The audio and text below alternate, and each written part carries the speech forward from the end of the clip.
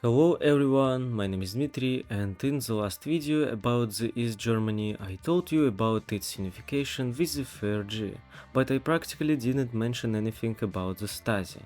Therefore, today I want to tell you about the disbandment of this agent network, about the seizure of headquarters by ordinary protest, and much more.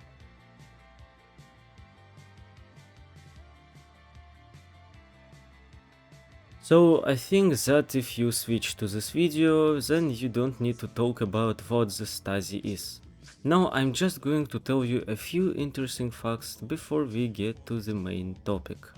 Stasi outnumbered any Western intelligence service. In 1989, the GTR MGB employed 90,000 officers and 170 informant agents. One Stasi officer accounted for 180 citizens of the GDR. The madness led to the fact that the Stasi had a collection of guns with the smells of dissidents.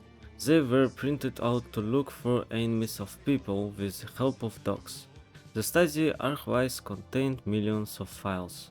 Shelves with documents in the basements of the Secret Service stretched for 100 kilometers, not counting electronic media, tape recordings, millions of photos, and tens of thousands of bags with documents stored in recent days.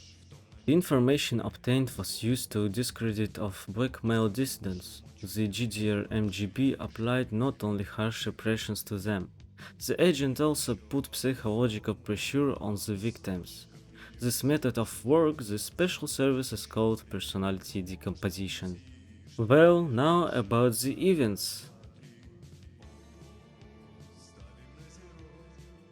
In the autumn of 1989, with the beginning of mass protests against the communist regime in East Germany, the demands to liquidate the Stasi and give the public access to its documents were among the main ones.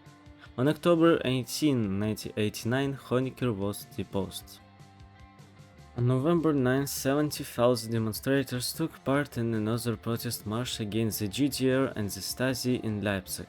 Since the beginning of December, after the fall of the Berlin Wall, protesters began to occupy local state security offices.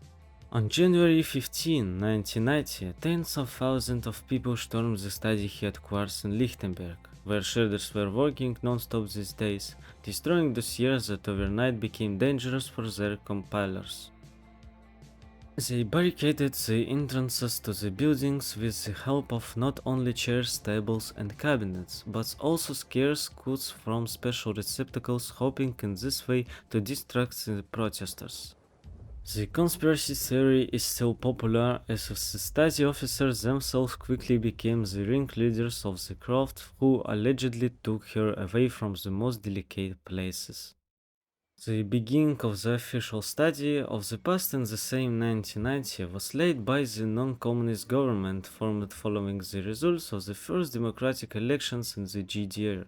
The parliamentary committee on the dissolution of the special service was headed by former dissident Joachim Gauck, the future first head of the Federal Archive of the Stasi.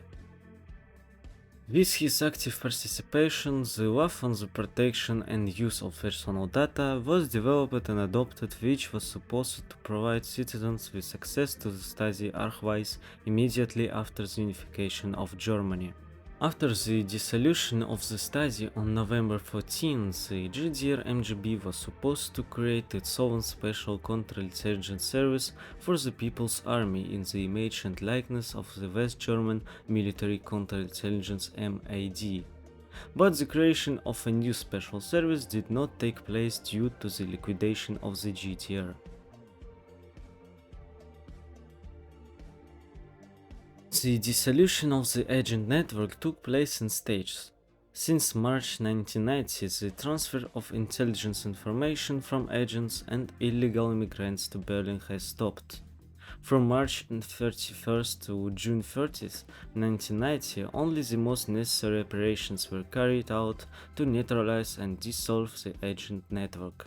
During this period, Lieutenant General Krause reported to Minister Eppelmann that communication with all 138 conspiratorially working employees in West Germany had been terminated.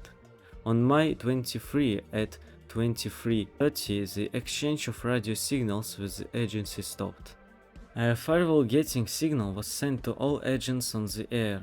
On the eve of sending a firewall getting, the heads of the agency were sent to the countries of operational use for meeting with the agency in order to personally explain to them the current situation and the reasons for the termination of communication. Until August 31st, all officers of operational military intelligence units were disbanded.